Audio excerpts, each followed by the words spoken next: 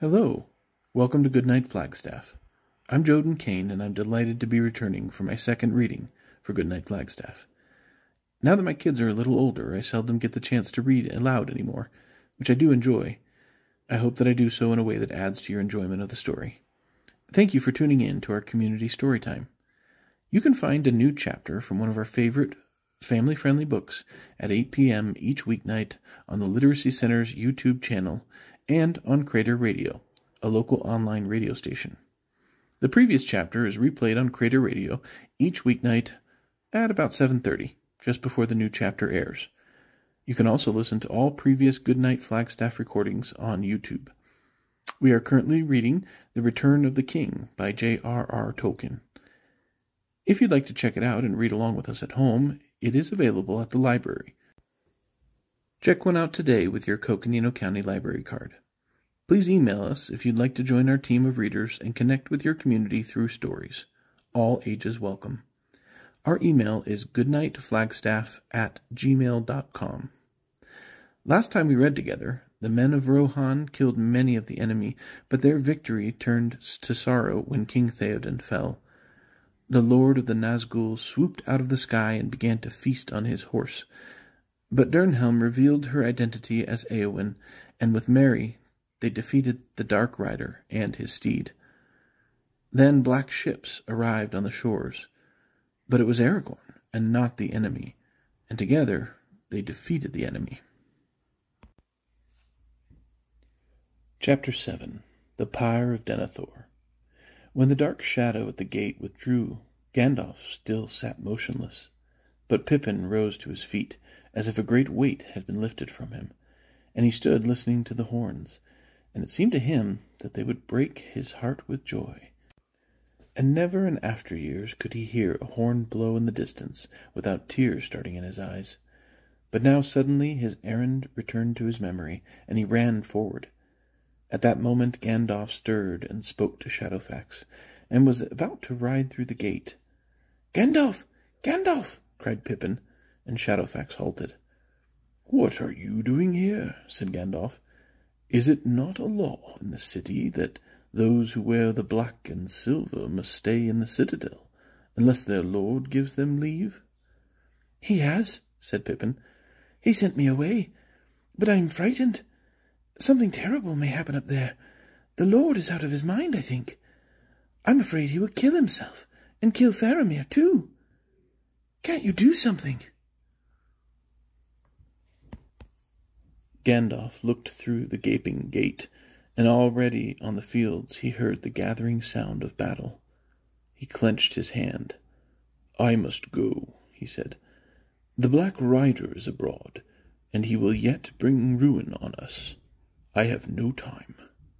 "But Faramir," cried Pippin, "he's not dead, and they will burn him alive if someone does not stop them." "Burn him alive?" said Gandalf. "What is this tale? Be quick." "Denethor has gone to the tombs," said Pippin, "and he's taken Faramir, and he says we're all to burn, and he will not wait. And they are to make a pyre and burn him on it, and Faramir as well.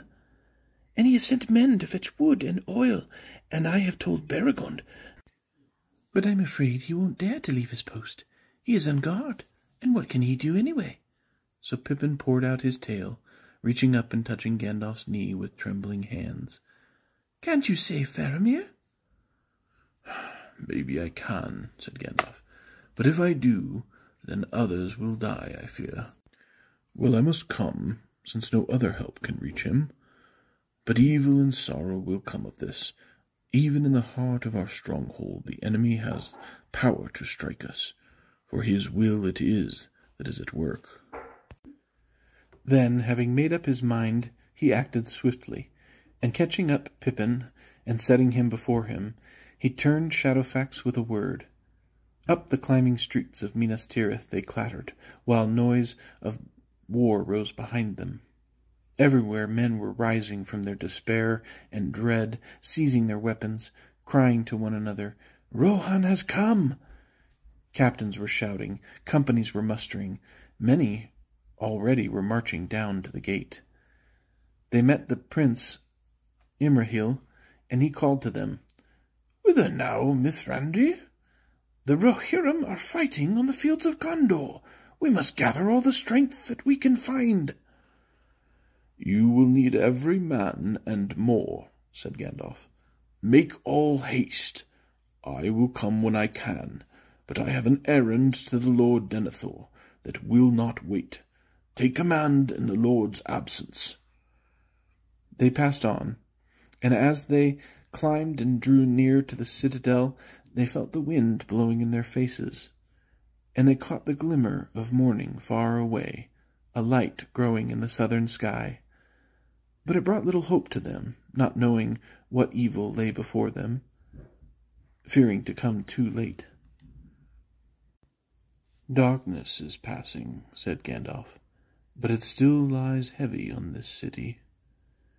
At the gate of the citadel they found no guard.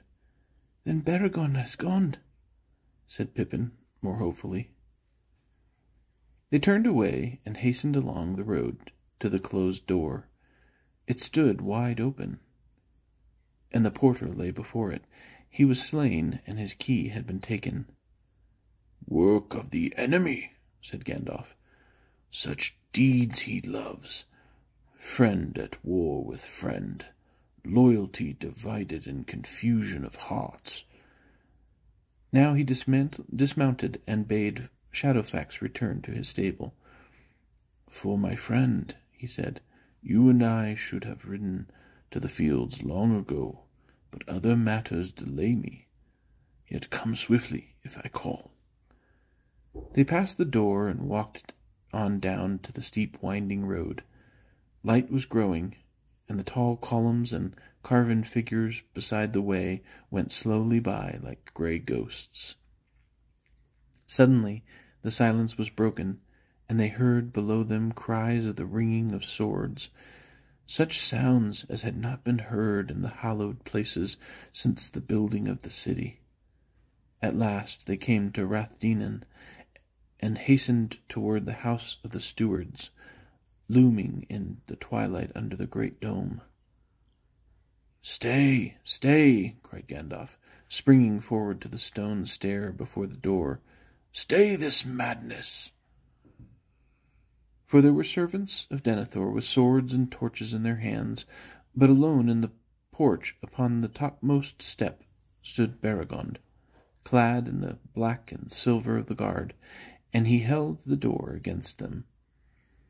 2 of them had already fallen to his sword, staining the hollows with their blood, and the others cursed him, calling him outlaw and traitor to his master. Even as Gandalf and Pippin ran forward, they heard from within the house of the dead the voice of Denethor crying, "Haste! Haste! Do as I have bidden! Slay me this renegade, or must I do so myself?" Thereupon the door which Beregond had held shut with his left hand was wrenched open, and there behind him stood the lord of the city, tall and fell. A light like flame was in his eyes, and he held a drawn sword. But Gandalf sprang up the steps, and the men fell back from him and covered their eyes, for his coming was like the incoming of a white light into a dark place, and he came with great anger. He lifted up his hand, and in the very stroke the sword of Denethor flew up and left his grasp, and fell behind him in the shadow of the house. And Denethor stepped backward before Gandalf, as one amazed. "What is this, my lord?" said the wizard. "The houses of the dead are no places for the living, and why do men fight here in the hollows, when there is war enough before the gate? Or has our enemy come even to Rathdinan?" "Since when has the Lord of Gondor been answerable to thee?" said Denethor. "Or may I not command my own servants?" "You may," said Gandalf, "but others may contest your will, when it is turned to madness and evil. Where is your son, Faramir?" "He lies within," said Denethor, "burning, already burning. They have set a fire in his flesh, but soon all shall be burned. The West has failed. It shall all go up in a great fire, and all shall be ended. Ash, ash, and smoke blown away on the wind. Then Gandalf, seeing the madness that was on him, feared that he had already done some evil deed, and he thrust forward with Beregond and Pippin behind him, while Denethor gave back until he stood beside the table within.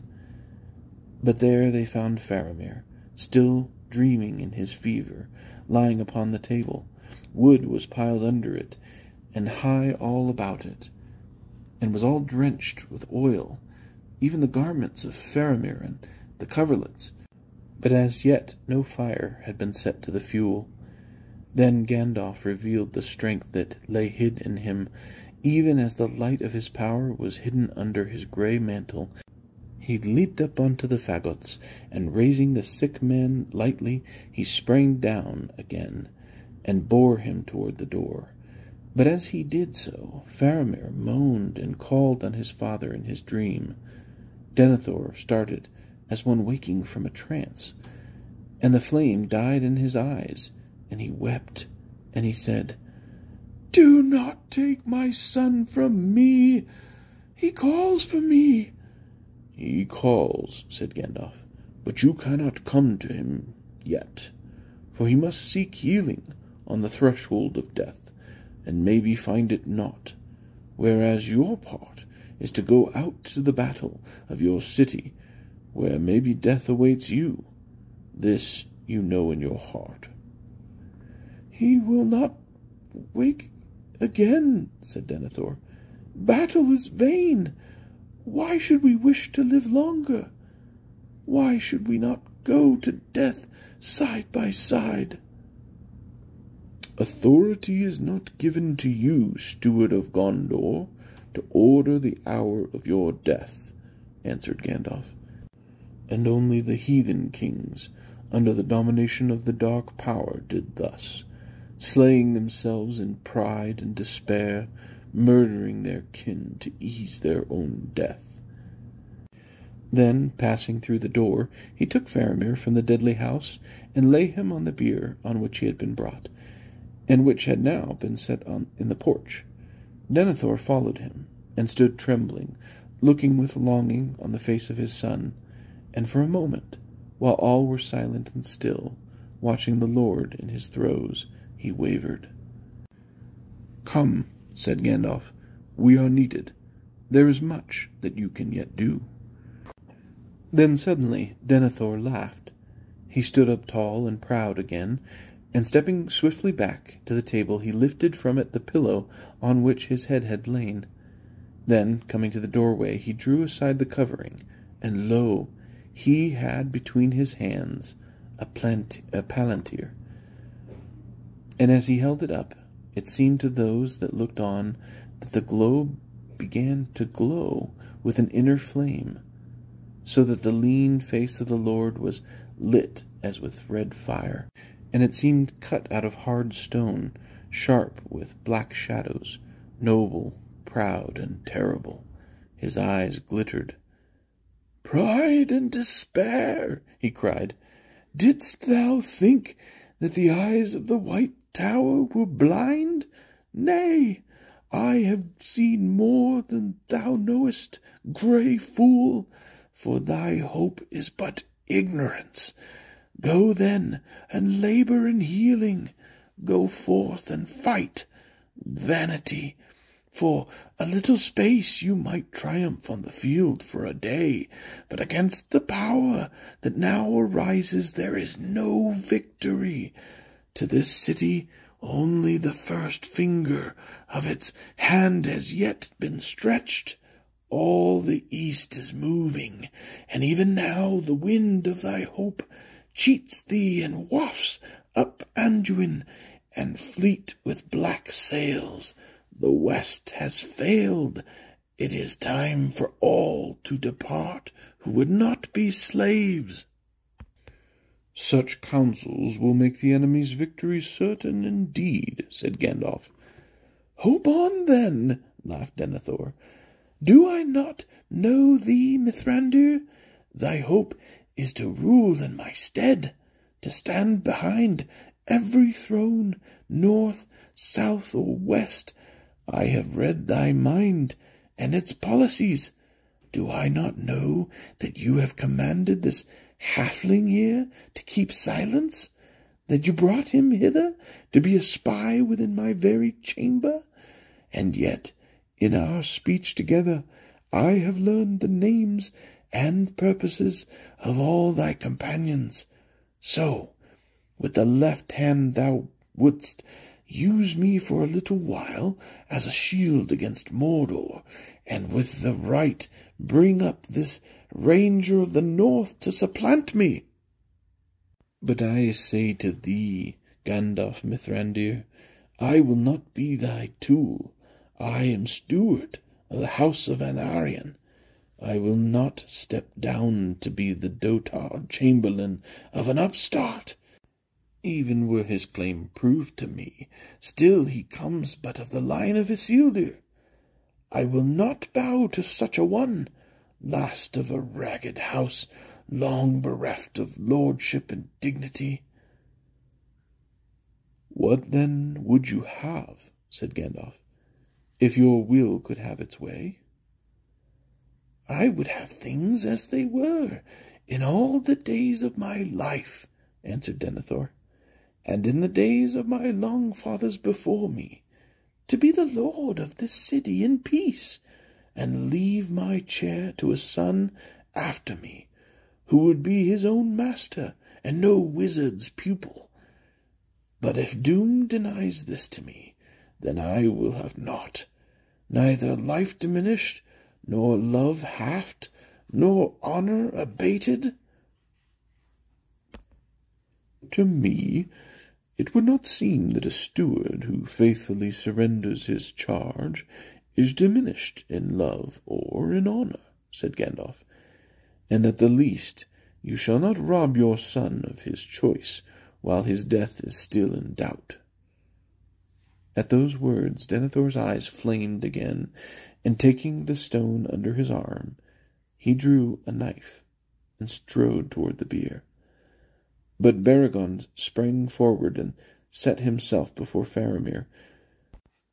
"So," cried Denethor, "thou hadst already stolen half my son's love.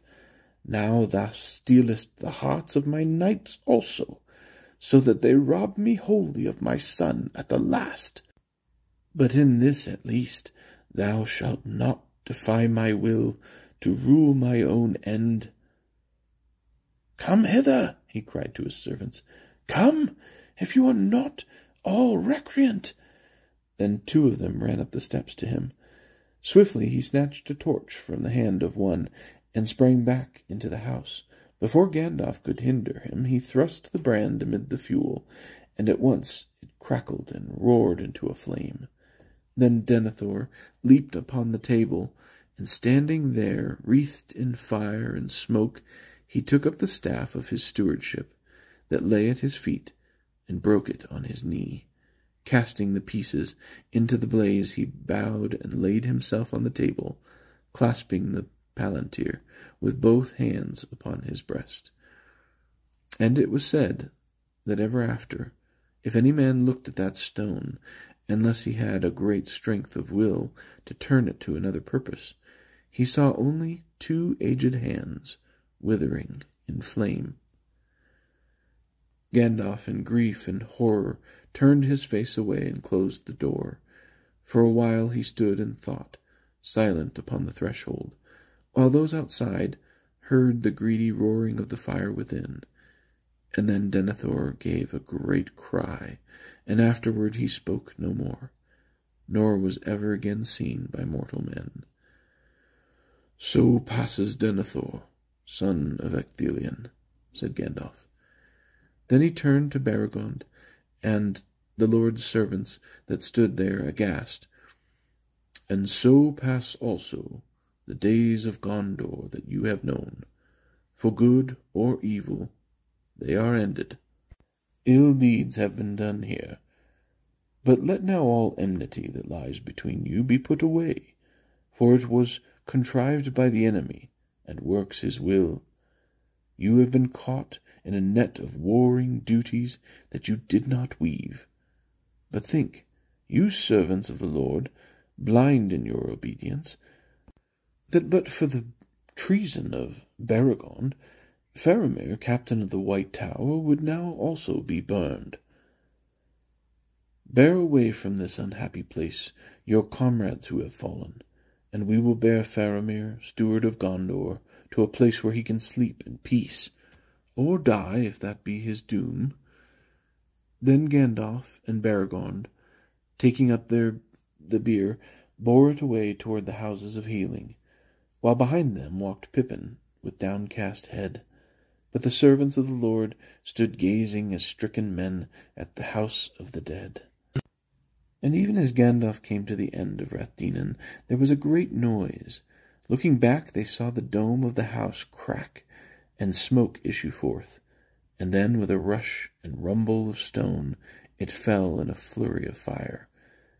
But still unabated the flames danced and flickered among the ruins. Then in terror the servants fled, and followed Gandalf. At length they came back to the steward's door, and Beregond looked with grief at the porter. "This deed I shall ever rue," he said, "but a madness of haste was upon me, and he would not listen, but drew sword against me." Then, taking the key that he had wrested from the slain man, he closed the door and locked it. "This should now be given to the Lord Faramir," he said. "The Prince of Dol Amroth is in command in the absence of the Lord," said Gandalf. "But since he is not here, I must take this on myself. I bid you keep the key and guard it until the city is set in order again." Now at last they passed into the high circles of the city, and in the light of morning they went their way toward the houses of healing. And these were fair houses set apart for the care of those who were grievously sick. But now they were prepared for the tending of men hurt in battle or dying. They stood not far from the citadel gate, in the 6th circle, nigh to its southward wall, and about them was a garden and a greensward with trees, the only such place in the city.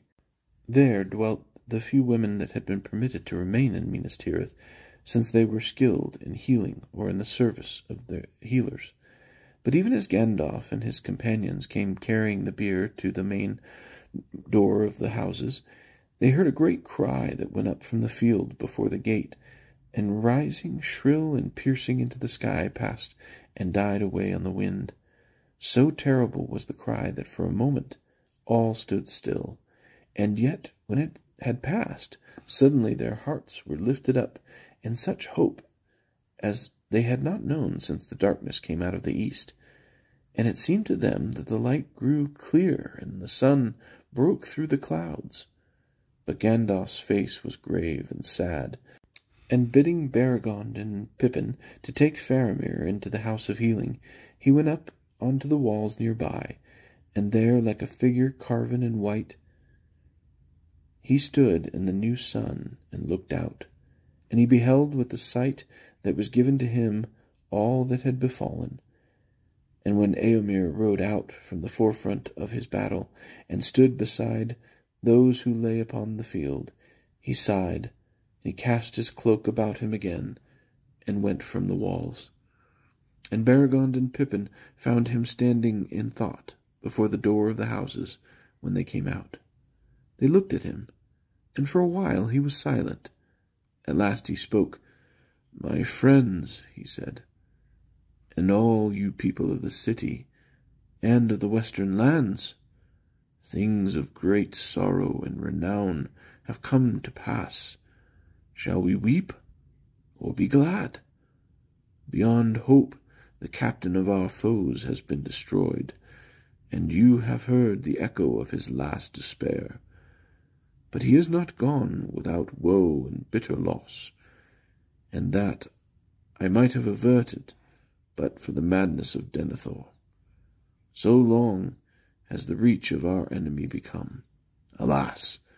But now I perceive how his will was able to enter into the very heart of the city. Though the stewards deemed that it was a secret kept only by themselves, long ago I guessed that here, in the White Tower, one at least of the 7 seeing stones was preserved.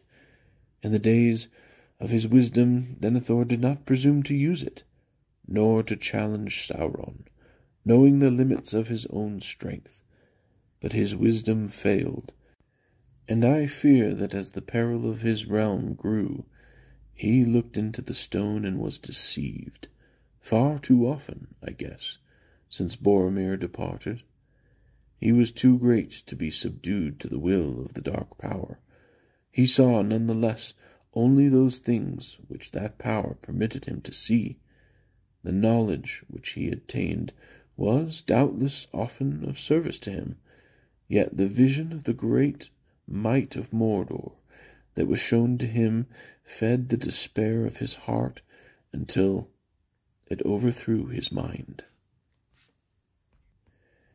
"Now I understand what seemed so strange to me," said Pippin, shuddering at his memories as he spoke. "The Lord went away from the room where Faramir lay, and it was only when he returned that I first thought he was changed, old and broken." "It was in the very hour that Faramir was brought to the tower that many of us saw a strange light in the topmost chamber," said Beregond. "But we have seen that light before, and it has long been rumoured in the city that the Lord would at times wrestle in thought with his enemy." "Alas, then I have guessed rightly," said Gandalf. "Thus the will of Sauron entered into Minas Tirith, and thus I have been delayed here. And here I shall still be forced to remain, for I shall soon have other charges, not Faramir only. Now I must go down to meet those who come. I have seen a sight upon the field which is very grievous to my heart, and greater sorrow may yet come to pass. Come with me, Pippin. But you, Beregond, should return to the citadel, and tell the chief of the guard there what has befallen. It will be his duty, I fear, to withdraw you from the guard, but say to him that, if I may give him counsel, you should be sent to the houses of healing, to be the guard and servant of your captain, and to be at his side when he awakes, if that shall ever be again. For by you he was saved from the fire. Go now, I shall return soon." With that he turned and went with Pippin down toward the lower city, and even as they hastened on their way, the wind brought a grey rain, and all the fires sank, and there arose a great smoke before them. Thank you for tuning in. Join us next time for Chapter 8a in Book 5 of The Return of the King. Good night, Flagstaff.